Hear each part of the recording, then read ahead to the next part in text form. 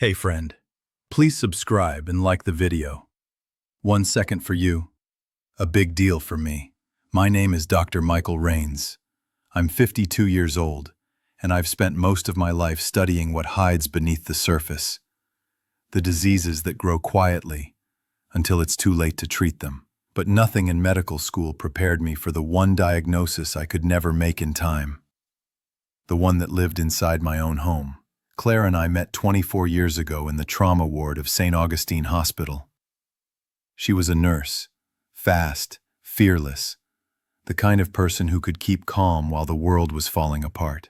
I used to joke that she had a heartbeat steadier than mine. Back then, I believed we'd spend forever saving lives together. We married after 2 years. The ceremony was small, her favorite song playing softly. My hands shaking as I promised her everything I had. We didn't have much, but we had each other. At least, that's what I thought. Years passed. We built a home, had a son, Daniel, my miracle boy. Late nights after the ER, I'd find them asleep on the couch together. That picture, Claire's hand resting on Daniel's hair, the soft glow of the lamp. That was my reason for breathing. I never imagined that very image was a lie. At first, I didn't notice the infection. That's what betrayal is, an invisible disease. It doesn't announce itself with pain. It hides, festers, and waits. Claire began taking extra shifts. Double shifts, she said. Overtime. Emergency call-ins. But the paychecks didn't match the hours. The receipts didn't match her stories. And the smell of her perfume changed. Subtle. New. Expensive. Not one I'd ever seen in our bathroom cabinet. Then came the phone call. It was a Tuesday night. I was charting patient notes when my cell buzzed. Unknown number. A woman's voice, hesitant. Dr. Rains? I'm sorry to bother you. I think your wife has been using your name for medical files. My pen froze midair. Excuse me? She came to our clinic last month. Said you approved her tests. The lab said it looked suspicious. That's how it started. A single phone call. The moment everything stable in my life began to fracture. I confronted Claire that night. She didn't flinch, didn't panic. She just smiled. Oh, that? It was a billing mix-up. Don't worry about it, Michael. She kissed my cheek and went to bed. And I stood in the dark kitchen, feeling like a stranger in my own house. I couldn't shake the feeling. So I did what any scientist would do. I looked for evidence. I checked our insurance records, our shared accounts, her hospital schedule. Everything lined up too perfectly, too clean. And when data looks that clean, it's been scrubbed. I installed monitoring software on her laptop, the same system I used for tracking hospital data breaches. Every email, every login, every hidden folder. And then, one night around 2 a.m., I found it. A locked folder titled Patient Referrals. Inside were scanned documents, birth certificates, ID copies, test results, and photos. Her with another man.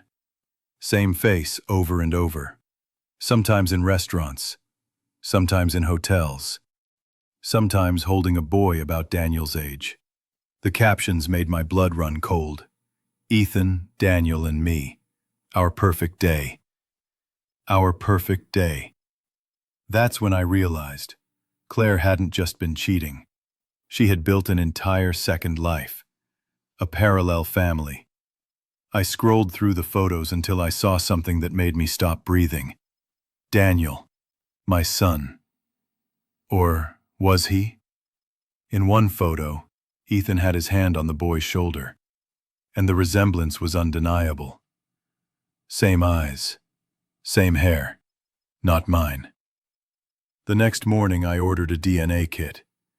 2, actually. 1 for me, 1 for Daniel. I told Claire it was part of a university genetics study. She smiled. You never stop working, do you? Her laugh used to make me feel alive. Now it made my skin crawl. For 2 weeks, I lived in hell, pretending everything was normal. Kissing her goodnight, eating dinner with the family, helping Daniel with his science project, while a storm brewed in silence behind my eyes. The results arrived in a white envelope. I opened it alone in my office. Probability of paternity, 0.0%. It wasn't shock I felt. It was clarity. Like a patient finally hearing the truth after years of denial. The cure would be painful, but necessary. The night after I read the DNA results, I didn't sleep. I just sat there, staring at that piece of paper that had erased 15 years of my life in a single line of text. Probability of paternity, 0.0%. That number pulsed in my head like a heartbeat monitor. Slow, steady, lethal. By morning, I'd stopped crying. Doctors don't panic when they face something terminal. We plan. We cut out what's diseased. And that's exactly what I was about to do. I started watching Claire the same way I'd watch a patient whose body was hiding a tumor. Quietly, methodically, waiting for symptoms to show. Every text she sent, every call she took in another room, I logged it. Every shift she claimed to work, I verified with the hospital. And when I found out she hadn't been scheduled in 2 weeks, the diagnosis was confirmed. This wasn't love. It was a con. But here's the thing about liars. They always believe they're smarter than you. So I made her comfortable. I cooked dinner, smiled, even kissed her before work. And all the while I built a plan. Not out of anger, but precision. On Friday, I told her we were having a small family dinner. Just the 3 of us. I made her favorite. Rosemary chicken and red wine. The smell filled the house, warm and nostalgic. Everything looked perfect. Except me. She came down in that blue dress I'd bought her years ago. Wow, she said, smiling nervously. You really went all out. I wanted tonight to be special, I said. There's something I've been meaning to talk about. Her hand tightened around her glass. Daniel was upstairs finishing homework. For a moment, it was just us. The calm before the incision. Claire, I said softly. I ran some tests last week. Her eyes flicked up. That same look I'd seen on dying patients when they sensed bad news coming. What kind of tests? Genetic ones. The fork slipped from her hand and clattered against the plate. What are you saying? I'm saying the same thing I've told every patient who's ever asked me for the truth. There's no mistake in the data. I slid the envelope across the table. She didn't open it. She didn't need to. Her lips trembled, her eyes filled with something that wasn't sadness. It was fear. And then she whispered, "You weren't supposed to find out." Those 6 words carved into me like a scalpel. Not denial, not apology, just admission. She broke. Tears, half-truths, excuses tumbling out of her like blood from an open wound. It was just once. I didn't mean for it to happen. Ethan was. He was there when you weren't. When you were working those endless shifts, I stood up. I was working those shifts to build this life for you, for Daniel. Her voice cracked. For him. And that was when I saw it. The slip. Not for you. Not for us. For him. You built a family on lies, I said quietly. She reached for me, desperate. Michael, please. You don't understand, but I did. I understood everything. Because 2 days earlier I'd already met Ethan. I didn't confront him like some jealous husband. I went as a doctor. I requested a consultation under a false name, at the clinic where he worked. He wasn't just some stranger. He was a medical equipment supplier, the same man who'd handled our hospital's purchase orders for years. And I'd seen his name on multiple fraudulent invoices. While she'd been building her perfect second family, he'd been laundering money through fake hospital contracts, all under my department's signature. And Claire was the one approving them. It wasn't just betrayal anymore. It was theft, fraud, a crime. That night at dinner, I didn't tell her what I'd found. Not yet. I wanted her to sleep thinking she still had control. Because tomorrow, I was going to take everything back. The next morning, I woke up before sunrise. The bed beside me was empty. Claire had already left. A note on the counter saying she was working an early shift. The same lie she'd told for months. But I didn't need her anymore. I had the evidence. And soon I'd have witnesses. Before breakfast, I drove downtown to the hospital. Not to work, but to meet with 2 federal agents from the Financial Crimes Division. I'd contacted them through a colleague the night before, sent them copies of the fake invoices and recordings from Claire's laptop. Agent Ruiz was the first to speak. You realize what you've uncovered here, Dr. Rains. This isn't a simple infidelity. It's a coordinated fraud scheme. 6 figures, maybe more. I nodded. I know, and I want them both caught. He smiled grimly. Then we'll need your help. That afternoon, I called Claire. I told her I'd calmed down, that I wanted to talk, that maybe we could find a way to move forward, for Daniel's sake. Her voice softened instantly. Relief, manipulation, hope, all tangled together. Michael, I'm so sorry. I never meant to hurt you.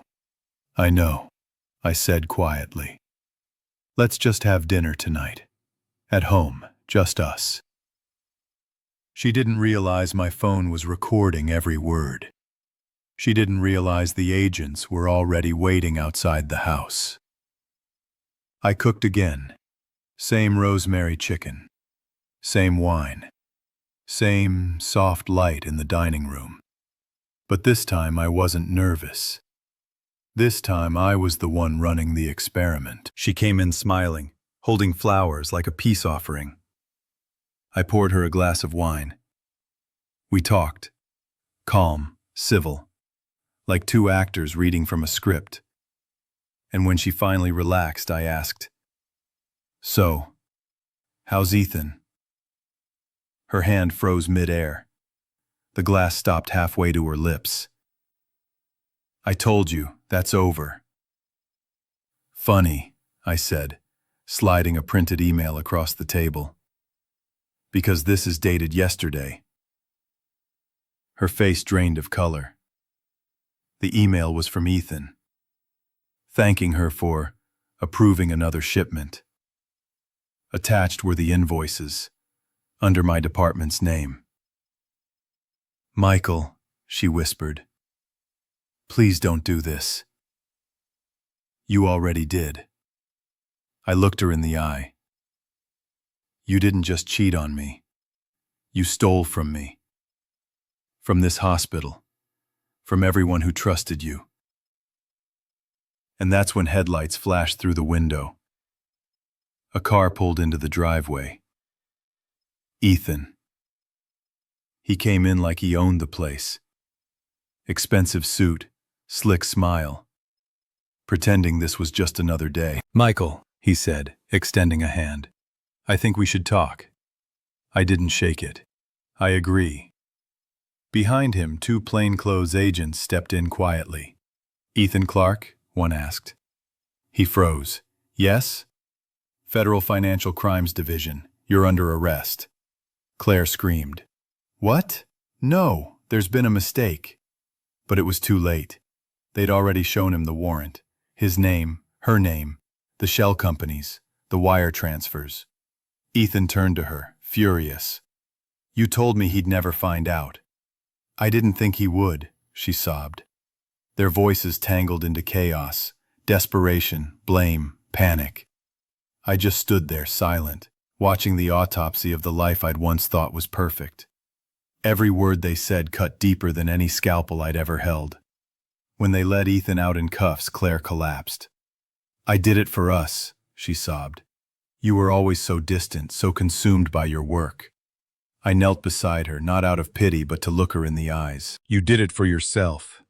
You just used my name as the scalpel." The agents escorted her out minutes later. As they closed the door, the house fell into silence. Heavy, surgical silence. No crying, no yelling, just the sound of my own heartbeat. I looked at the dinner table. Half-eaten food, spilled wine, an empty chair. A crime scene disguised as a home. I should have felt relief, but all I felt was nothing. Absolute, sterile nothing. The next day, the hospital placed me on administrative leave. Standard procedure during an investigation. But within a week, the truth came out. I'd been cleared of any wrongdoing. Claire and Ethan had been linked to over $800,000 in fraudulent transactions across multiple states. Their faces were on every local news station. Medical couple charged in hospital fraud scandal. The comments online called them monsters, thieves, sociopaths. But no headline could capture what it really felt like. Watching the people you loved become case files. That night, I went into Daniel's room. He was asleep, curled up with his old stuffed bear. For the first time, I let myself cry. Quietly, carefully, so he wouldn't hear. Because, no matter what the DNA said, he was still my son. And I'd protect him, even from the truth. 6 months. That's how long it took for the investigation to finish. For every dollar, every forged document, every lie to be dissected and filed into evidence. Claire and Ethan were both charged with fraud, embezzlement, and falsifying medical records. He took a plea deal. She didn't. I attended every hearing, not out of vengeance, but out of obligation, like watching an operation you once performed go horribly wrong. Every time she entered the courtroom, she looked smaller. No makeup, no confidence, no lies left to wear. Her defense was desperation, love, loneliness, fear. But the evidence was clinical, cold. The truth didn't care about her reasons. When the verdict came, it was quiet. Guilty on all counts. 8 years in federal prison. No parole for the first 5. She turned once, searching for me in the gallery.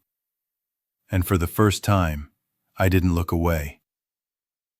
She mouthed the words, "I'm sorry." But apologies don't resurrect the dead. And our marriage had been dead for a long time. The house felt different after that. Clean, silent. No more perfume, no more tension, no more pretending. I sold it within a month, packed up Daniel's things, moved us to a smaller home near the coast. New walls, new air, new life. He still doesn't know everything. He thinks his mother made bad choices. Maybe someday I'll tell him the rest. But for now, he's just a boy again. Laughing, biking, sleeping without nightmares. That's enough. At work, they offered me a promotion. Head of cybersecurity for the hospital network. I declined. I didn't want to protect systems anymore. I wanted to protect people. So I opened a private practice.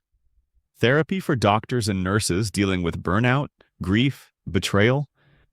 Turns out the most complex organ I've ever studied isn't the brain, it's the heart. 2 months ago, I got a letter from the state prison. No return address, but I knew the handwriting instantly. Claire, it was short. She said she'd been sober for the first time in years, that she finally understood what she'd done. Not to her patients, not to the hospital, but to me. She wrote, "You once told me the worst pain is the one you can't anesthetize. You were right. I live with it every day." At the bottom, she asked for forgiveness. I folded the letter and placed it in a drawer, not out of hate, but because forgiveness isn't something you send in a letter. It's something you earn in silence. Last week, I drove to the old hospital for the first time in a year. Same building, same halls, but it felt smaller now, quieter. As I walked past the trauma ward, a young doctor stopped me. "Dr. Rains?" He looked nervous. "I've read your papers. You're kind of a legend here." I smiled for the first time in a long time. "No," I said. "Just someone who learned the hard way that some infections don't start in the body." He looked confused, but I just nodded, walked outside, and felt the sunlight hit my face. It was warm. Real. For the first time in years, I didn't feel like I was surviving. I felt like I was living. They say doctors make the worst patients. Maybe because we think we can diagnose everything and even love, even pain. But there are some diseases you can't treat with medicine. Some cancers that don't show up on scans. They live in trust, in promises, in the people who swear they love you. When those die, you don't operate. You don't beg. You don't try to save what's already gone. You cut it out completely, and you start again. Because sometimes the only cure is survival. End.